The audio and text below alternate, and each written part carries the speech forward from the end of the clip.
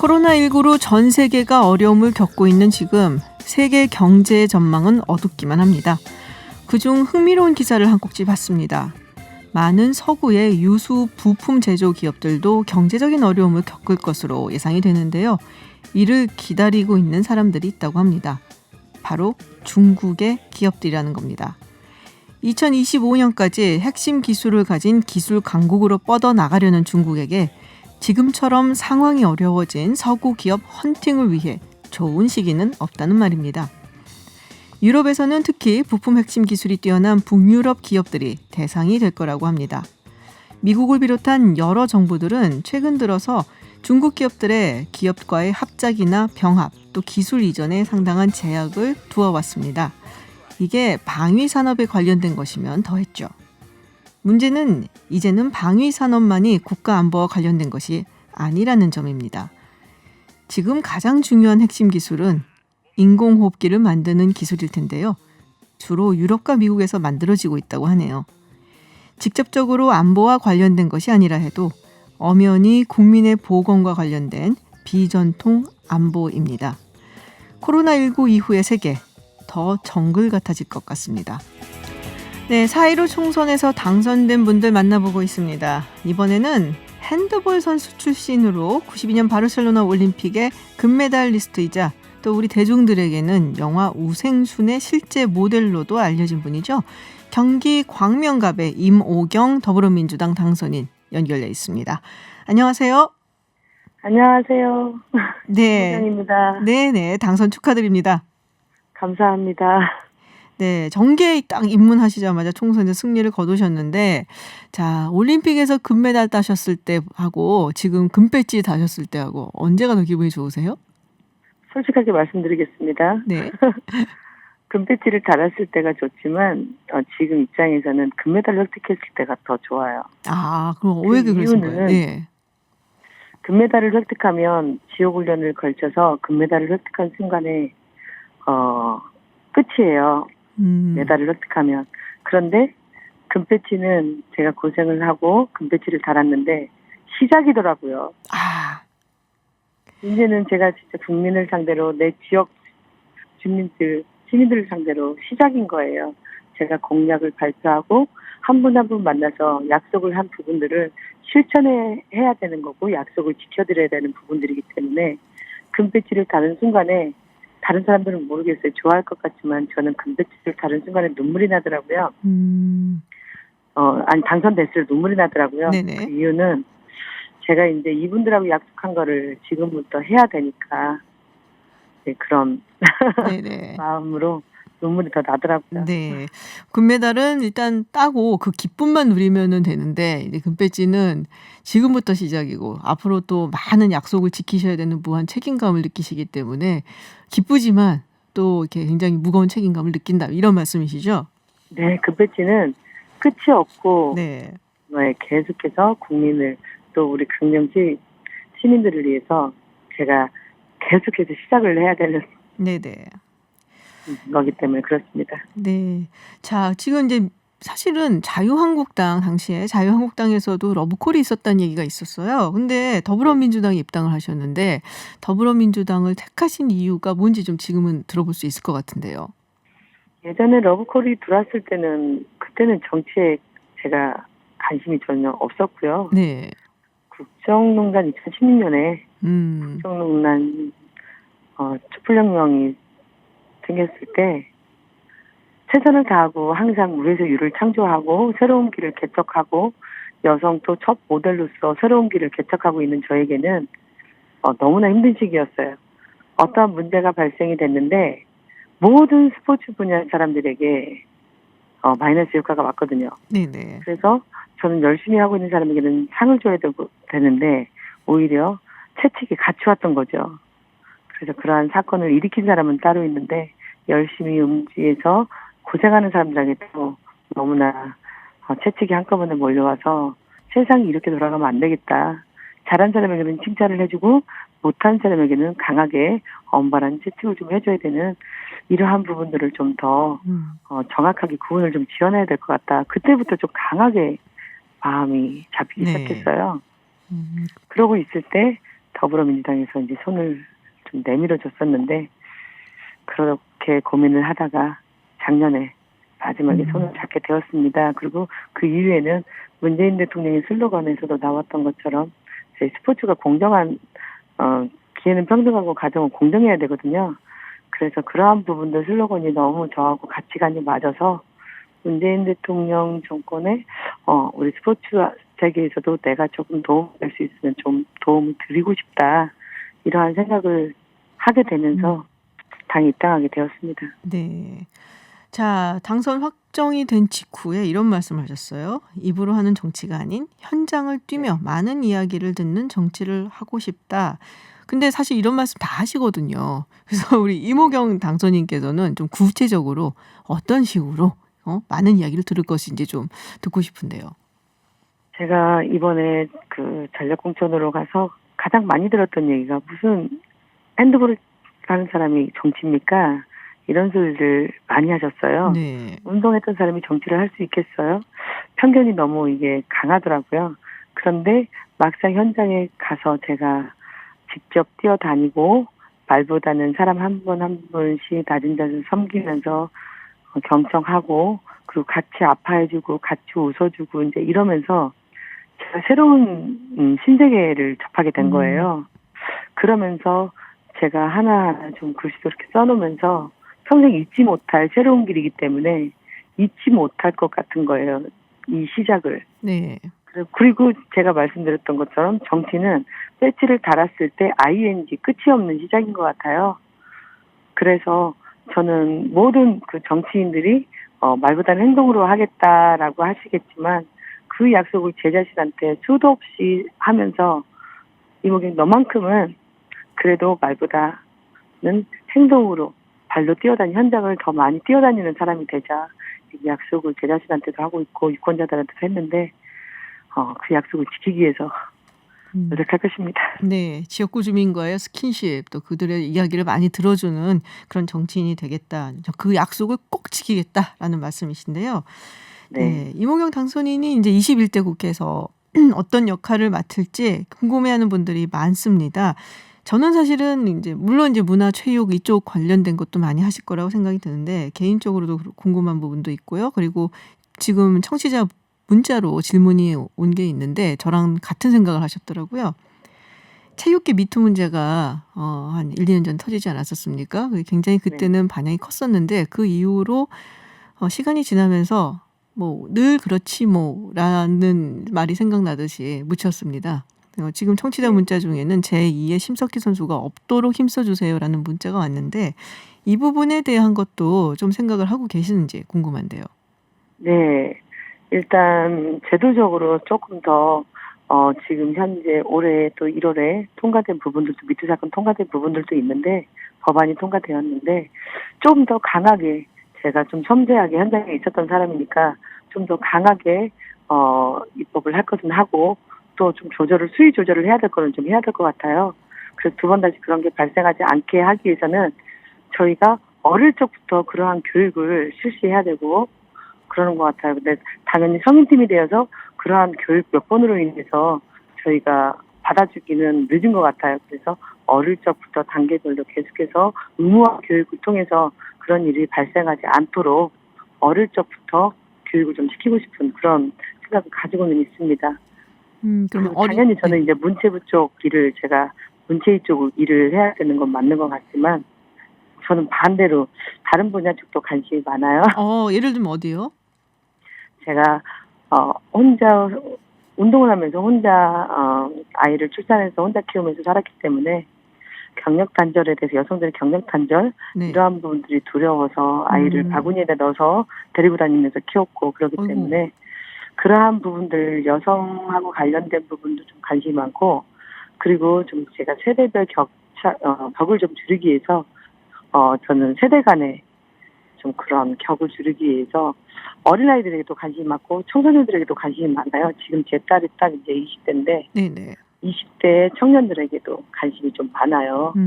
그래서 그 사람들에게도 꿈과 좀 희망을 주는 메시지를 남기고 그 사람들하고 소통을 할 수 있는 그래서 그런 쪽으로도 좀 분야를 좀 넓혀서 제가 좀 역할을 하고 싶어요.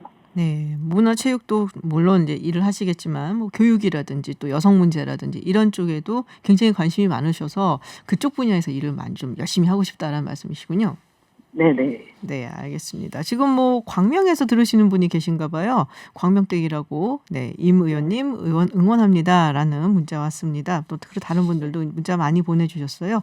네, 또 체육인으로서 들어가서 하실 일들이 많습니다. 또 여성으로서, 엄마로서, 또 뭐랄까요, 아직 기성세대라고 말씀드리기엔 너무 젊으시지만 또 청년들과의 교감을 이끌어내는 훌륭한 의원이 되시기를 저도 기원하고 응원하겠습니다.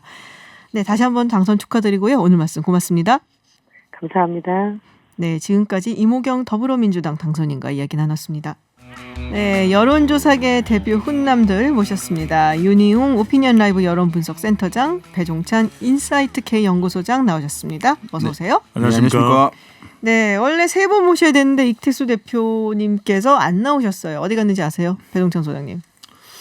글쎄요, 이 중요한 이번 액션이 나오지 않았다라는 것은 정말 책임을 방기한 거 아니냐, 있을 수가 없는 일이고, 이번에 예측 조사도 했던데 네. 뭐 이제 볼장 다 봤다 뭐 이거 아닌가.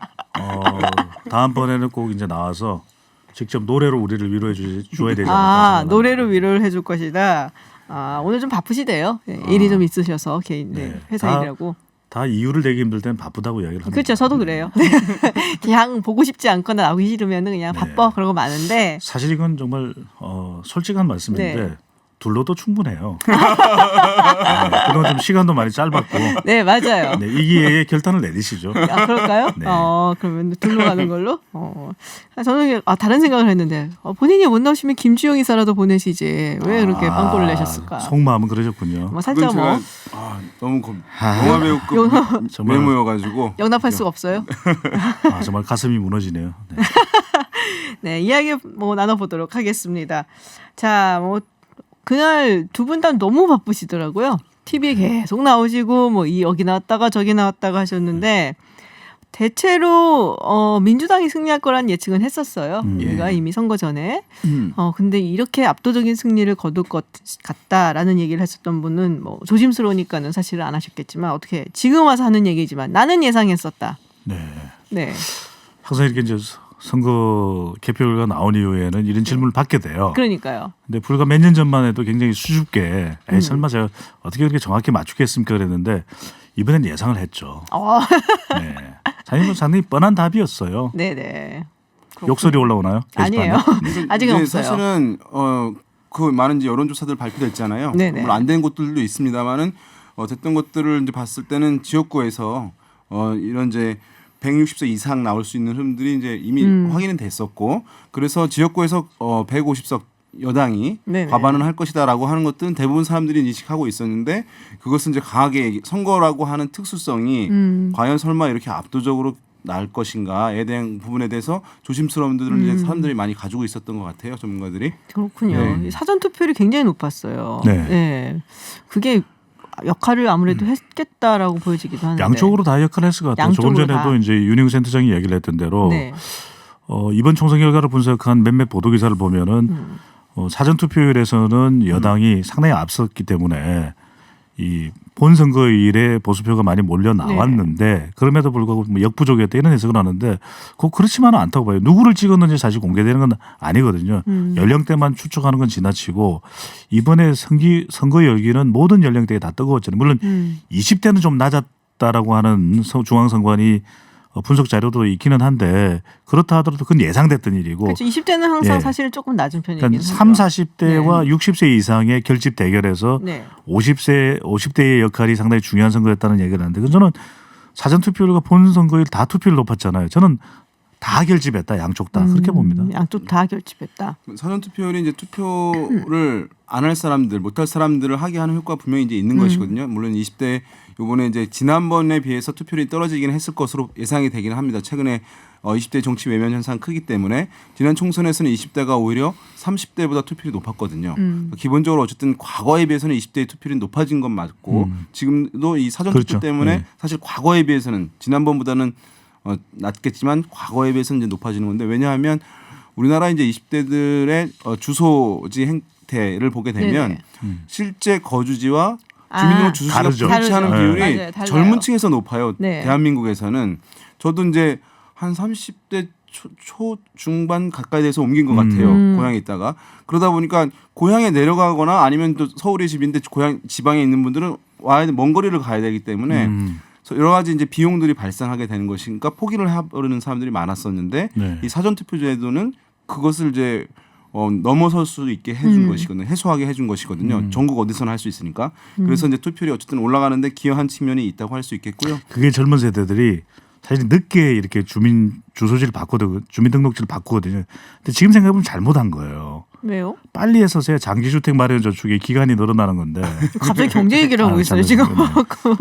그래서 지금 저희 대선급 투표율이라고 할 수 있어요. 네. 66%를 넘는다는 것은 통상적으로 총선과 지방선거는 60%를 넘기는 쉽지 않다라고 하는 것이 이제 암묵적으로 이제 뭐 생각하는 것들이었는데 그것을 이제 뛰어넘은 것인데 통상 50% 후반만 되더라도 양쪽 진영이 총 결집했다는 얘기를 쓰는데 지금 66%를 넘어섰다는 것은 그 외에 정치의 이제 관여도, 관심도가 높지 않은 중도, 중간층들도 대거 투표장에 나왔다는 것이에요. 그렇죠. 그래서 이번에 이 경우를 두고서 이른바 이제 칙칙폭폭 현상이라고 하는 거죠. 또 막 만들어 왜? 왔어요 또. 아니 그러니까 기차죠. 이제 왜냐하면 네. 앞에 사전 투표율 기차가 저렇게 높았으니까 그 뒤에 따라가는 본 선거라도 앞 사람이 따라가면 붙잡고 가잖아요. 우리가 네네네. 기차놀이처럼 칙칙폭폭 간 건데 그렇게 갔던 이유 중에 하나가 뒷심이 이제 발휘가 된 거죠. 선거에 대한 관심도 지지층들이 결집을 했고 또 감염에 대한 우려도 상당히 이제 없어져서 사라졌잖아요. 그것도 효과가 있었고 저는 또 하나 중요한 기여를 한 것이 비례대표 투표용지에 대한 호기심이에요. 가서 보고 싶다는 거예요. 맞아. 네, 그것도 그래서 있어요. 이게 비닐 장갑을 끼면 길다 보니까 약간 미끄덩해요. 미끄덩하거든요. 그래서 이런 호기심 천국도 발휘가 된 거죠. 하긴 그게 50cm 가까이 된다는 그 투표용지 한번 보고는 싶다. 뭐 이런 생각도 저도 있기는 그러니까요. 했었어요. 네. 네. 그리고 이제 코로나19 때문에 어쨌든 투표율이 낮아지지 않겠는가 보는 시각이 있었습니다만은 오히려 이제 국민의 생명과 안전을 다루는 이슈를 과연 이제 어느 정치 세력에게 또는 누구에게 맡길 것인가 그것이 매우 중요하다라고 하는 유권자들로 하여금 정치 의식이라고 할까요? 사회 참여 네네. 의식을 오히려 코로나19가 과거 이제 세월호 참사처럼 어떤 사회 참여 의식을 높인 측면도 저는 사전 투표율 전체를 제고시킨 그렇군요. 배경으로 작용했다고 볼 수 있을 것 같습니다. 근데 지금 뭐 보시고 다 이제 굉장히 전문적으로 지역구마다 다 보셨을 거 아니에요. 네. 여길 딱 보고 이거는 정말 예측했던 거랑 너무 다른데? 뭐 이랬던 지역구가 혹시 있으면 하나씩 좀 꼽아주시겠어요? 다 만약에- 예측이 맞았어요? 아니요.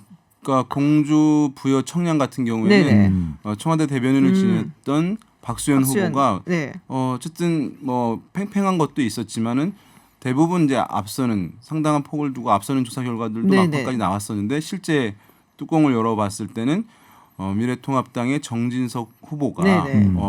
당선이 된 것이거든요. 네. 그런 것들은 이제 사실은 여론조사와 너무 현격한 차이가 난 것이기 때문에 이제 상당히 의외였습니다. 그러니까 물론 정진석 후보가 당선될 가능성은 여전히 뭐 당선되지 않아서 된다는 게 아니라 가능성이 여전히 이제 있었습니다만 여론조사 결과들과 비교해 봤을 때는 그런 부분들은 이제 의외 크게 좀 의외였군요. 이 배용찬 소장은 출구조사 결과하고 좀 달랐던 맞아요. 지역들이 네, 있었죠. 맞아요. 그러니까 대표적인 것이 이제 대구 수성을의 이 홍준표, 네. 홍준표 후보였는데 일단 아마 출구조사가 이인선 후보를 예측했었죠. 그런가요?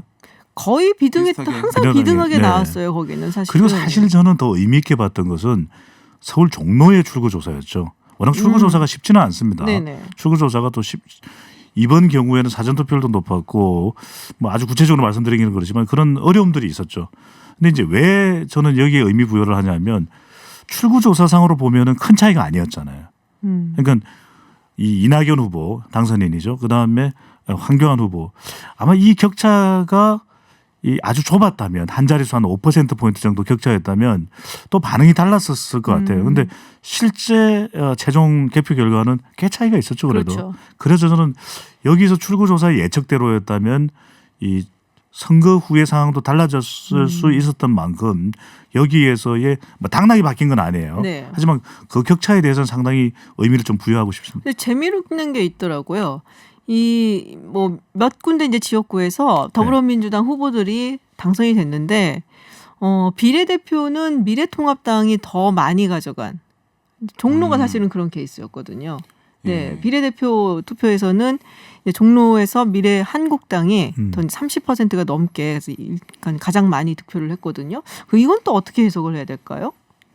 그러니까 보수 정당에서는 네. 어쨌든 보수표들이 선택지가 마땅하게 이제 많지 않은 상황에서 미래한국당으로 옮겨가는 것이 비율이 이제 매우 높을 수밖에 없는 것이었고요. 원래 이제 과거에도 그랬습니다만은 여러 군수 정당들이 있음에도 불구하고 그러나 진보 진영에는 지역구 후보가 더불어민주당 후보를 투표하고 그다음에 비례 투표를 어떤 정당들이 할지에 대해서는 선택지가 너무 많았던 거예요. 유의미한 정의당도 선택지가 있고. 많고, 예, 그래서 더불어 시민당도 있고 열린민주당도 있고 정의당도 있었던 상황이었기 네. 때문에 이 분산 현상은 사실은 전 특이한 현상은 특이한 것은 아니다. 아니라고 보고 왜냐하면 유권자들이 이것이 이제 나는 배타적인 강력한 이제 뭐 더불어민주당 지지자다라고 생각하시는 분들도 있지만 경계에 있는 분들도 많이 있는 것이거든요. 거기다가 비례위성 정당 같은 경우에는 더불어시민당은 이제 연합 성격도 가지고 있던 상황이잖아요. 그런 면에서 봤을 때 지역구 후보를 기본으로 하는 것이지 이제 비례위성 정당 또는 비례정당의 투표와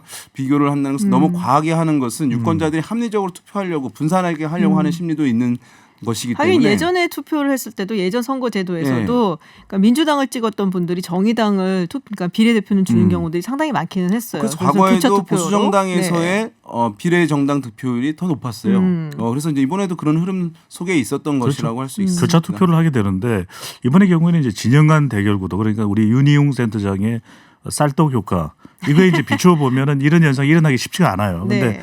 선거 후반부에 오면서 선거 과정 후반부에 오면서는 정의당에 대한 언더독 이펙트가 있었죠. 그래서 이렇게 보시면 됩니다. 그러니까 미래한국당은 이 보수 유권자들로서는 하나의 선택지였죠. 그런데 진보 쪽의 이 유권자들은 선택지가 3개나 됐잖아요. 더불어 시민당, 열린민주당, 정의당 이렇게 되니까 분산될 수밖에 없었죠. 근데 정의당 얘기를 하셨는데 사실 이번 선거에서 뭐 미래통합당은 사실은 말할 것도 없지만 정의당도 상당한 타격을 입었다라고 볼 수밖에 없거든요. 근데 사실 그렇죠. 정의당뿐이 아니라 뭐 국민의당도 마찬가지고. 군소정당의 네. 몰락이라고 봐야죠. 예. 이걸 어떻게 봐야 될지 이 정당들은 그러면 앞으로 어떻게 될까요? 정의당은 뭐 타격이 사실 가장 큰 수혜를 받을 것이라고 네네. 예상이 되었는데 불구하고 그러니까 선거제도 바뀌면 네. 가장 크게 수혜를 받을 거라고 예, 예상들을 별반 했었잖아요. 이제 수혜를 누리지 못했고 기대에 이제 훨씬 못 미쳤던 것이라고 할 수 있는데요.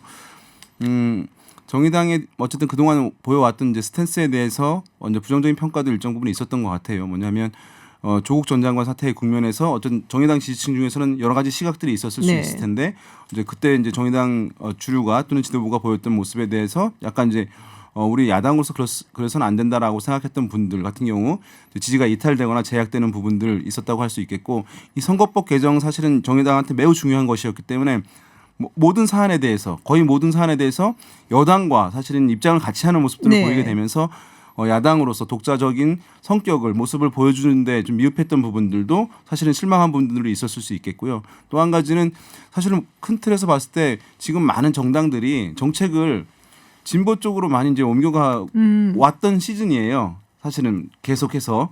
그러니까 정의당이 과거에 이제 민주노동당이었을 때는 확실한 정책적 차별화가 선명한. 가능했는데 네. 지금은 민주당 심지어 옛날에 2012년 대선에서는 보수 정당에서도 경제 민주화를 얘기했을 정도이기 때문에 그 안에서 차별화하기 점점 더 어려워지는 측면도 있고 민주당 같은 경우는 정의당의 지지 기반인 양대 노총 출신 인물들을 영입해서 뭐 국회의원으로 만드는 작업들을 계속 해왔거든요. 그런 부분도 있겠고 스피커가 정의당의 목소리를 전달할 수 있는 스피커가 사실 반으로 줄어든 상황입니다. 네네 그렇군요. 과거에 노회찬 의원과 심상정 양대 산맥이 이제 있었는데 스타 플레이어가 지금은 이제 한 명으로 줄어든 부분들 이런 종합적인 부분들이 뭐 반영이 된 측면이 아닐까 생각됩니다. 혼자 얘기 다 했어요. 지금 배정찬 의원이 얘기해 보세요.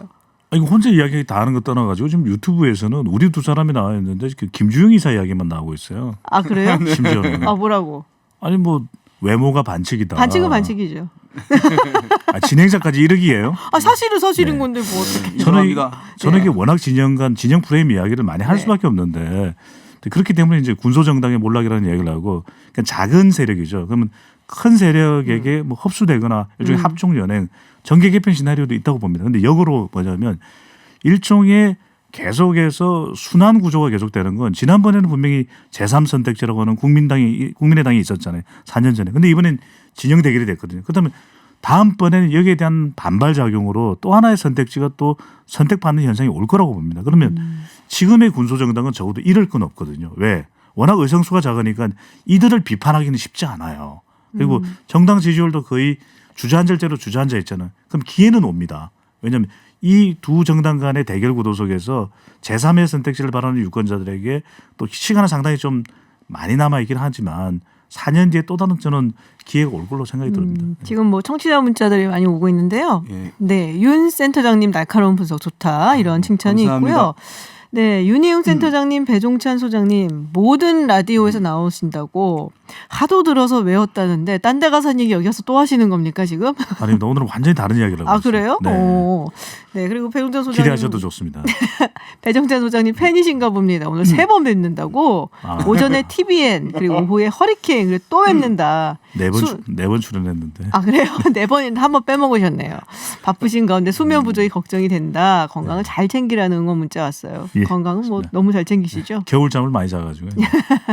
저희가 이제 앞으로 사실 고민이 좀 많을 것 같아요. 네. 이게 이제 심상정 대표 이제 원투 플레이어로 정당을 계속 꾸려나갈 것인가. 음. 단기간 어쨌든 효과를 즉각적으로 유지하기 위해서는 그것이 이제 필요한 부분이긴 한데 장기적 관점에서 봤을 때 이제 새로운 세대 교체라든가 새로운 이제 인물들을 부각시키는 것 이런 것들이 이제 당의 외연을 넓히는데 필요한 일이긴 한데 그래서 이제 좀 긴 호흡을 가지고 고민을 이제 할지 아니면 당장 어쨌든 위축된 당세를 유지하기 위해서 현재 체제로 갈지 이런 부분에 대해서 아마 정의당 내부에선 뭐 깊은 이제 토론이나 논의가 있지 않을까 생각됩니다. 이번 선거는 뭐 여당 합성 이야기를 많이 하는데 저는 정의당이 많이 위축되긴 했지만 그래도 심상정 대표가 살아남았고 비례대표에서 5석을 확보했다라는 것은 그래도 정의당의 역할에 대해서 국민들이 특히 이제 진보 진영 유권자들이 역할 부여를 했다고 봐요. 그래서 이게 거대 공룡 정당 이야기를 하는데 정의당이 위축됐던 이유가 있거든요. 그런 만큼 진보 진영 내에서 견제 역할을 또 할 것 같아요.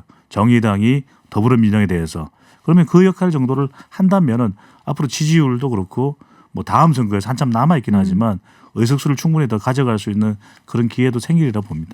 이건 뭐 저는 개인적인 생각이지만 조금 젊어질 필요는 있겠다. 라는 생각은 좀 많이 들어요. 정의당이. 그래도 네. 이번에 이제 20대 국회의원이 정의당에서 나왔어요. 네네. 예, 그런 모습들은 어쨌든 변화된 어떤 기대감들을 갖게 하는 측면도 뭐 여러 가지 호불호 있는 분들도 그렇죠. 있겠습니다만 논란이 있긴 했지만 예, 연령대 다른 정당들은 청년 얘기를 했지만 사실은 이제 청년연이 실제적으로 거의 청년들을 없죠. 공천하거나 하는데 소극적이었거든요. 네. 그런 면에서 정의당이 이제 그걸 해냈다는 점에서는 일단 뭐 의미부여할 수 있지 않을까 생각합니다. 이번에도 상당히 아쉬웠는데 여론조사를 하면은 그래도 우리 유권자 절반이 여성이잖아요. 그렇다면 지역구에서 더 많은 여성 당선자가 나왔더라면 좋았을 텐데 이 구조 자체도 사실은 깰 필요가 있는 거죠. 더 많은 여성들이 공천을 받을 수 있도록 하고 근데 비례대표는 보면은 반반이잖아요. 그렇죠. 그렇다면 이것도 좀 다음 선거에는 개선될 필요가 있을 것 같아요. 물론 이제 청년들도 많이 진입할 수 있는 청년의 여성이면 더 좋지 않겠습니까? 그런 기회가 좀 더 많이 이제 확보가 돼야죠.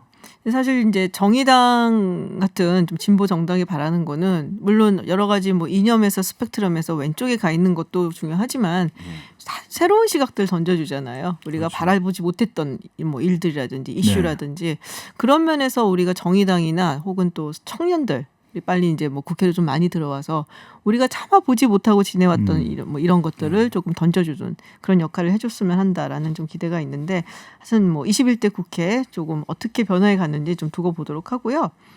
아, 이 전통적인 지역구도 부활이 아니냐라는 이야기들이 좀 나왔어요. 네, 이게 딱 갈리더라고요. 동서를 해서 갈리는데 예전에 우리가 봤었던 그 영남 지역과 호남 지역이 완전히 이렇게 딱 갈리는. 예. 자, 이 부분에 대해서는 어떻게들 생각하세요?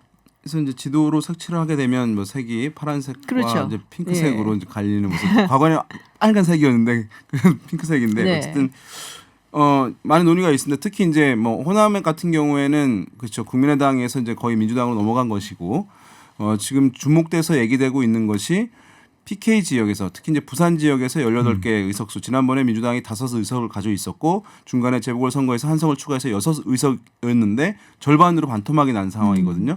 근데 이것을 놓고 어쨌든 지역주의가 강화됐다. 과거로 후퇴했다 이렇게 이제 하는 평가들이 있어요. 그래서 그런 이제 보는 시각에 따라서 그것이 완전 틀렸다고 할 수는 없을 것 같아요. 다만 이제 그것이 완전 무결한 분석은 아니라고 봐요. 시각은 아니라고 봐요. 왜냐하면 의석수만 가지고 본다면 그렇겠지만 실제 다른 그 지역의 주류 정당이 아닌 정당, 여기서 부산에서는 민주당이라고 할 수 있겠죠. 민주당 후보들이 얻은 득표 수가 있잖아요. 네네. 득표율이 있는 것이거든요. 그것들을 이제 함께 살펴봐야 되는 것이거든요. 낙선한 후보들이지만 사실은 다 40% 중반 가까이 득표를 했어요. 여러 지역에서 부산 지역에서 그렇게 되면 그 다양성의 가능성들은 여전히 보여준 측면이 있다는 청으로 얘기를 하는 것이 맞다고 보거든요. 의석수만 가지고 볼 것은 아니라고 보고 이것이 과거 지역주의를 회귀했다라고 하면 유권자들이 그렇게 선택했다는 것을 얘기하는 것이거든요. 네. 저는 이제 그 측면보다는 유권자들이 선택했다고 하기보다는 그것은 이제 유권자들로서는 선택지 문제였긴 할 텐데요. 이번 선거가 만약에 심판 선거다 하면 정치적 성격만 부각되지 않고 오히려 뭐 부산 지역에서 공약과 정책 이런 선거로 치러졌다고 한다면 저는 훨씬 더 다양한 결과들 나올 수 있었다고 보거든요. 그러니까 의석수로만 보면은 그렇지만 예. 이렇게 보이지만 사실은 뭐 득표로 그렇지 않은- 본다면은 꼭 예, 그런 것은 꼭 그런 아니다. 것은 아니라고 얘기할 수 있고 어쨌든 정당에서 그런 네. 정책적 선거 후보들 간에 그런 모습들을 보여주지 못한 것에 대한 책임을 먼저 탓하는 것이 낫지 유권자들이 지역적으로 퇴행했다 이렇게 규정해 버리는 것은 아무튼 좀 아닌 것 같습니다. 오늘 이택수 대표님 안 나오시니까 네. 윤희영 센터장님이 방언이 텄어요. 완전히 막 아니 말씀이 윤희용 뭐 그냥 스페셜 데이라니까요. 그래서 그러게. 아까 예, 말을 이렇게 많이 두 하라고 명만 해가지고. 나오면 윤희용 센터장의 그 내공이 다 뿜뿜 나와요. 아우 그런가요? 네, 저도 말을 아끼잖아요. 네, 계속해서 이택수 대표를 받아주고 지금 있었다니까요. 근데 이번 같은 경우에는 그렇게 색깔이 나누어진 이유는 이념 대결 구도죠. 이념 대결 구도. 철저한 이념 대결 구도였어요. 그렇기 때문에 강남갑에서 태영호, 태구민이 당선됐잖아요. 아니, 그게 무슨 지역주의가 있어요? 그럼 태영호가 이북 출신인데 경상도예요? 아니잖아요. 그러니까 이 지금도 보면 접전지가 많았거든요. 그만큼 네네. 이념으로 나눠졌기 때문에 거의 접전으로 왜냐하면 이념은 반반 나눠졌기 때문에 그랬었는데 그렇기 때문에 비례대표 정당 득표를 보더라도 이렇게 나눠진 걸 볼 수가 있잖아요. 네네. 그래서 이건 지역주의가 아닌 거죠. 또 하나 부산에서 보면은 결과적으로 어떠냐? 영남 쪽에서는 이 진보와 보수로 나누어진 것 중에서 중도 보수가 좀 더 많기 때문에 그런 결과가 나온 거고 수도권부터 시작해서 저기 호남까지 제주도까지 그렇게 된 결과는 진보인데 그쪽은 중도 진보가 더 많은 거예요. 그래서 더불어민주당이 당선되는 결과로 나타났는데 같은 PK 지역도 보세요. 중도 오히려 보수보다는 중도 진보가 조금이라도 많을 것으로 우리가 분석할 수 있는 경남 김해 갑을 네네. 양산을 김동완 후보죠. 당선됐잖아요. 그렇게 우리는 나눠볼 필요가 있는 거예요. 그래서 저는 하나 걱정되는 건 시간 충분하지 못해 짧게 말씀드리면 21대 국회의 이념적 갈등 대결 구도에 대해서 상당히 걱정이 됩니다. 아 그래요? 네. 굉장히 걱정을 많이 하죠. 근데 오늘 한 분이 안 계셔서 시간이 꽤 있어요. 아, 더 있어요? 네, 더 말씀하셔도 돼요. 이번 선거 여러 가지 특징들 이제 있을 텐데요. 네. 또 한 가지는 이제 아마 이제 연령대별 세대별 투표율들 뭐 나중에 선관위 최종적으로 발표를 하긴 네네. 할 텐데요. 이게 보면은 60세 이상의 투표율이 한 19대까지는 60%대였어요. 근데 지난번에 20대에서 70%대로 넘었죠. 올랐어요. 네. 이번 같은 경우는 전 더 올랐을 것 같아요. 그러니까 최근에 이제 조사 결과들을 놓고 여당이 이제 압승이긴 했습니다만은 보수도 총 결집했다라고 얘기를 하잖아요. 그런 상황에서 뭐 어느 지역들 상당 부분은 어쨌든 뒷심을 많이 발휘하긴 했었는데 이 고령층들이 규모도 많아졌고요. 고령자들이 거기다 투표율도 더 많아졌고요. 그리고 또 한 가지 주목되는 것은 그 안에 보수적 성격의 내용도 바뀌었다고 보여요. 달라졌다고 생각하는데 뭐냐면 과거에는 나이가 들어감에 따라서 자연스럽게 보수화되는 이른바 이제 연령 효과에 의한 보수화 현상이 이제 이전에는 있었던 현상이라고 한다면 지금 같은 경우에는 이분들이 스마트폰을 통해 가지고 매우 적극적인 정보 소비자들이 됐고 뭐 자녀들의 얘기를 들을 필요가 없는 상황이 돼버렸어요. 그리고 이제 유튜브라든가 이런 것들을 SNS 메신저 등을 통해 가지고 상당히 주변 분들 같이 공유하게 되면서 정치적이고 적극적인 보수 정서를 매우 강화시킨 측면이 있다고 봐요. 그래서 이전에 비해서 상당히 어쨌든 그 내용에 있어서 보수적 정서는 매우 공세적이고 적극적으로 변한 측면이 이런 정보화의 흐름 변화에 따라서 커졌다. 저는 이제 그렇게 보입니다. 그런 얘기를 많이 하잖아요. SNS로 인해서 사람들이 많은 정보를 얻게 돼서 더 풍부하고 다양한 정보를 얻을 거다라고 생각들은 하지만 사실 우리가 SNS 하다 보면은 다 비슷한 게 뜨거든요. 확증 편향이 생기죠. 그러니까요. 그러니까 네. 제가 예전에 뭐 만약에 예를 들어서 뭐 신발을 약간 쇼핑을 인터넷으로 해보려고 했다 그러면은 갑자기 페이스북을 했는데 신발 광고가 팍팍팍 뜨고 막 이런 그러면요. 식으로 구글 바이러스 올린 거 아니에요? 이런 아니, 것들이 왜 이러세요? 알려주는데 그래서 어떤 사회학자들은 이런 얘기해요. 그러니까 우리가 그런 이제 사이트에 들어가서 글들을 읽고 네. 광고를 보잖아요. 사실상 현대 인간들이 인간인가? 왜냐하면 기계가 AI가 알려주는 보라는 것을 보고 먹으라는 것을 먹고 입으라는 것을 입는다. 읽으라는 것을 읽고 그러면서 실제 현대인들이 인간인지에 대해서 의문을 제기한다라고 하는 연구들이 좀 있긴 하더라고요. 약간 이제 깊이 있는 것이긴 한데 빠져드네요. 빠져들어요. 빠져들어요. 오늘 완전 날아다니시는데. 윤 센터장의 이 설명에 빠져드네요. 네, 이택수 대표님한테 꼭 전해줘야지. 얼굴이 네. 폈더라. 안 나오시니까. 그러면 이렇게 두 사람이 나오게 되면 뭐 출연료가 좀 달라지는 거죠. 그런 거 없어요. 무슨 그런 엄한 꿈을 꾸고 계실 거야. 네.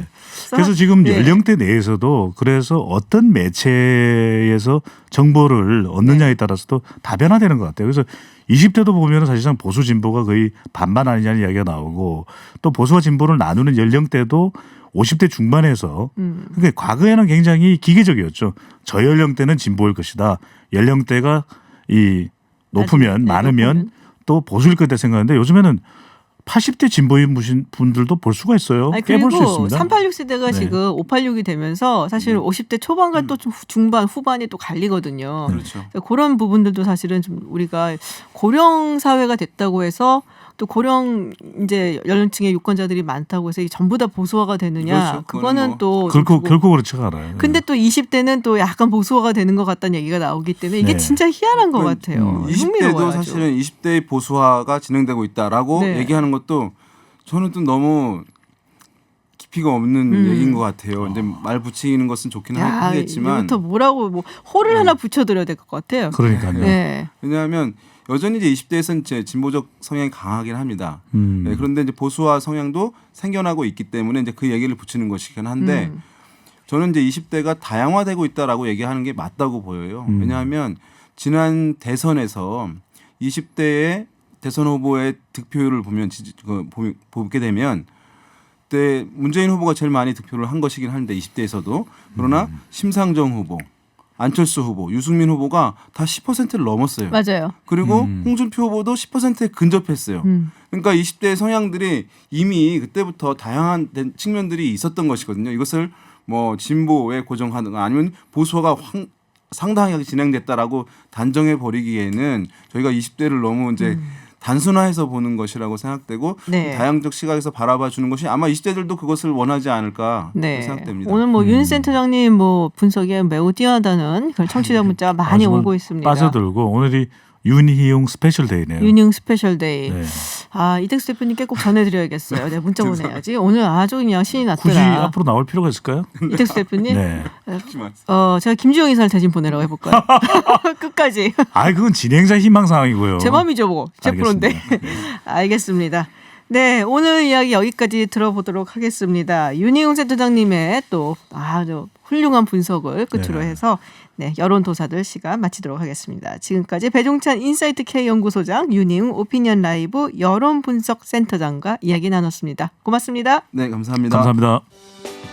네, 해외 뉴스 알아보는 서울타임즈 시간 전주현 캐스터와 함께합니다. 어서 오세요. 네, 안녕하세요. 막 들어온 소식이에요. 네. 아베 신조 일본 총리가 코로나19 긴급 사태를 전국으로 확대하겠다라는 발표를 했습니다. 방금 전 기자회견을 한 것 같아요. 그래서 이제 그 필요성에 대해서 이제 설명을 하는 자리를 가졌는데요. 29일부터 다음 달 5월 6일까지 일본 최대 연휴 골든위크가 이어집니다. 네네. 그래서 긴급 사태를 골든위크 때문에 전국으로 확대한 가장 큰 이유다 이렇게 꼽았는데요.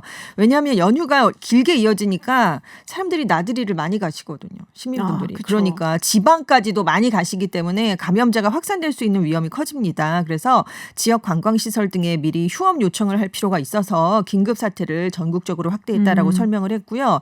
그러니까 사람 간의 접촉이 최고 80%까지 줄여야 감염 추세가 떨어지는데 지금 이동 감소율을 보니까 50-60% 정도라 좀 모자라다 이렇게 얘기를 한 겁니다. 그리고 그래서 오늘 도쿄에서 오늘 하루만 200명 넘는 환자가 또 발생을 했거든요. 그래서 연휴가 끝나기까지 좀 남은 기간 동안 외출을 좀 자제하자 이렇게 당부를 했고요. 전 국민에게 10만 엔을 지급하겠다 이런 얘기도 네네. 내놨는데 우리 돈으로 한 114만 원 정도입니다.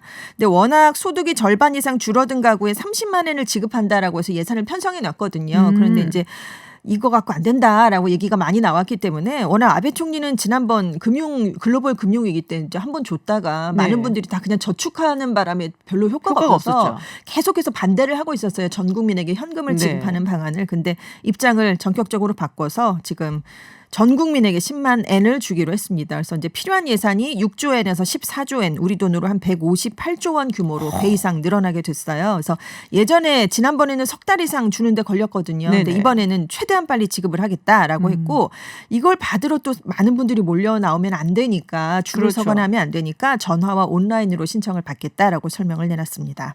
자, 트럼프 대통령은 어떻게든 빨리 이 경제 활동을 네. 재가동시키고 싶어하는 그런 그렇습니다. 입장인데 네. 반대가 굉장히 많은데도 네. 그러니까 워낙 5월 1일부터 재개한다 네. 뭐 이렇게 얘기를 했었잖아요. 그래서 지금 3단계로 경제활동 재개를 위한 가이드라인을 발표를 한 거예요. 네. 일단 전제 조건이 있습니다. 14일 동안 독감과 코로나19 신규 확진자가 감소 추세를 보여야 되고요. 같은 기간 환자 수와 검사 대비 양성자 비율이 떨어져야 됩니다. 그리고 병원의 보건 역량이 강화돼야 된다. 이런 것들을 전제 조건으로 이제 내세웠고 이게 충족이 돼서 1단계에 들어가면 사회적 거리 두기를 전제로 개인의 사회 활동이 재개가 됩니다. 그래도 10인 이상 모임은 좀 규제가 돼요. 그리고 학교 등은 여전히 문을 닫아야 되고 비필수적 여행도 제한이 됩니다.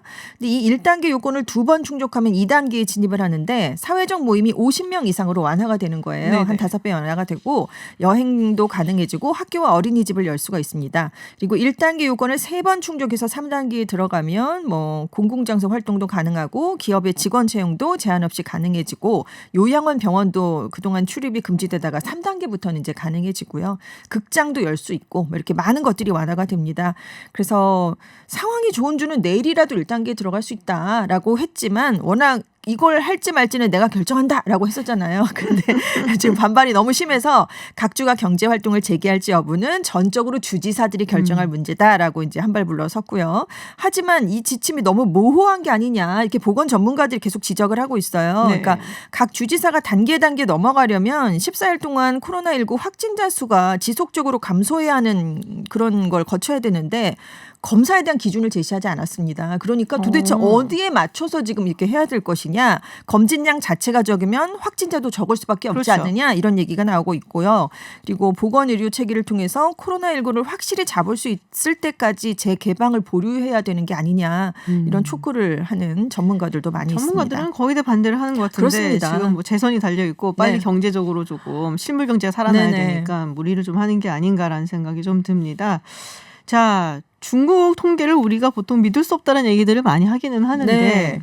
중국 당국이 재조사를 했더니 우한 지역에서 코로나19 사망자가 1,400여 명이 더 있었다라는 발표가 있었다고요? 그렇습니다. 이게 우한 확진자도 아니고 사망자가 사망자가 그렇습니다. 아이고 참. 그러니까 우한시 정부가 3월 하순부터 전문 네. 조사팀을 꾸려서 지금 우한 지역의 코로나19 확진 환자 사망자에 대해서 조사를 해봤거든요. 근데 기존의 공식 사망자의 38%에 해당하는 1,454명이 보고에서 누락이 됐다 이렇게 네네. 밝혀졌습니다. 중국 당국이 보고 누락이 있었다고 공식 확인한 건 이번이 처음이에요. 계속 아니다라고 얘기를 했었잖아요. 투명하게 발표한다고 했었는데 이렇게 번복을 했고요. 17일까지 우한에서 코로나19로 사망한 누적 인원이 3,869명입니다. 그리고 누적 확진자가 53,333명 이렇게 발표가 됐습니다. 그런데 이제 기존에 발표된 통계보다 사망자가 1,290명이 늘었는데 지금 누락된 게 1,454명이라고 말씀을 드렸잖아요. 근데 지금 다시 확인을 해보니까 코로나19로 인한 사망이 아니었던 경우가 164건이 발견이 돼서 네네. 이걸 더하기 빼기를 해보면 최종적으로 사망자는 1,290명이 더 늘어났습니다. 아, 참 많은 숫자네요.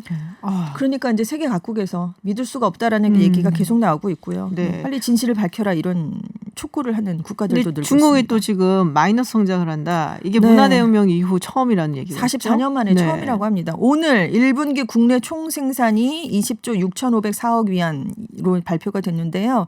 이게 전년 같은 기간보다 6.8%가 감소한 수치예요. 중국의 분기 성장률이 마이너스를 기록한 건 1992년 이후에 처음이고요. 연간 기준으로 중국 경제가 역성장을 기록한 게 문화대혁명이 끝난 1976년 이후 44년 만에 처음입니다. 근데 중국 경제 이렇게 안 좋으면 사실 전 세계 경제가 특히 우리는 그렇습니다. 많이 타격을 받거든요. 그리고 가장 먼저 빠져나간 국가가 지금 이렇게 보이고 있으니까요. 그렇다면 다음 굉장히 심한 나라들도 훨씬 많으니까 그 나라들의 타격은 어떨 것인가 좀 우려가 나오고 있습니다. 자, 지금 뭐 코로나19 지금 그 약 이름이 너무 어렵더라고요. 네, 저도 여러 번 렘데비시르. 네, 저도 보고 예. 계속 읽어야 돼요. 이게 이제 지금 뭐 결과가 발표가 되면서 네. 좀 어떻게 기대가 높아지고 있나요? 그러니까 얼마나 지금 효과가 있는 것인지 궁금한데요. 속속 이제 투약해본 결과들이 발표가 되고 있는데요. 미국, 캐나다, 유럽, 일본의 연구자들이 지금 코로나19 환자 53명을 대상으로 렘데시비르를 투약하는 실험을 실시했습니다. 근데 그 중에서 68%에 해당하는 36명이 산소 지지 정도 수준이 좋아지면서 증상이 개선됐어요. 특히 인공호흡기를 사용할 정도로 위중했던 30명 중에 17명이 인공호흡기를 사용하지 않아도 될 정도로 좋아졌다고 합니다.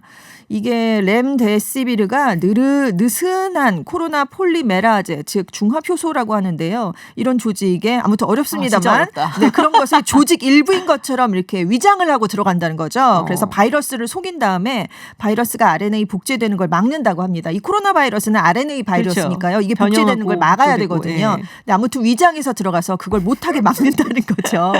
그리고 시카고 대학에서 진행한 연구에서도 일단 뭐 정식 논문은 아니지만 네. 3단계 임상 실험에서 환자 대부분이 치료 이후에 열과 호흡기 증상이 크게 완화돼서 일주일이 되지 않아서 퇴원을 한 것으로 알려졌습니다. 근데 사실 에볼라 바이러스 치료를 위해 만들어진 약이었는데 경쟁사에서 개발한 약보다 효능이 떨어져서 탈락했던 약이었거든요. 그래서 그 임상 전 단계에서 실행했던 동물 실험에서 간염 바이러스, 코로나 바이러스의 일종인 메르스의 효능을 보인 것으로 나타났답니다. 그래서 이번에 한번 투약을 해봤는데 좀 좋은 결과가 나왔다는 거죠. 근데 이제 문제는 연구가 이제 인정을 받으려면 비교 대조군이 있었어야 되거든요. 그러니까 이걸 투약하는 군과 아닌 군 이런 게 그렇죠. 있었어야 되는데 이 약이 그래서 결정적인 역할을 그렇습니다. 했느냐 보기 위해서. 약물이 없었더라도 비슷한 속도로 회복했을지 이걸 알 수가 없는 거예요. 대조군이 없기 때문에. 그리고 치료 대상 환자 수가 지금 너무 적잖아요. 훨씬 더 많은 임상 시험이 이루어져야 되기 때문에 아직 너무 이른 판단은 좀 하지 않으셔야 될 것 같습니다.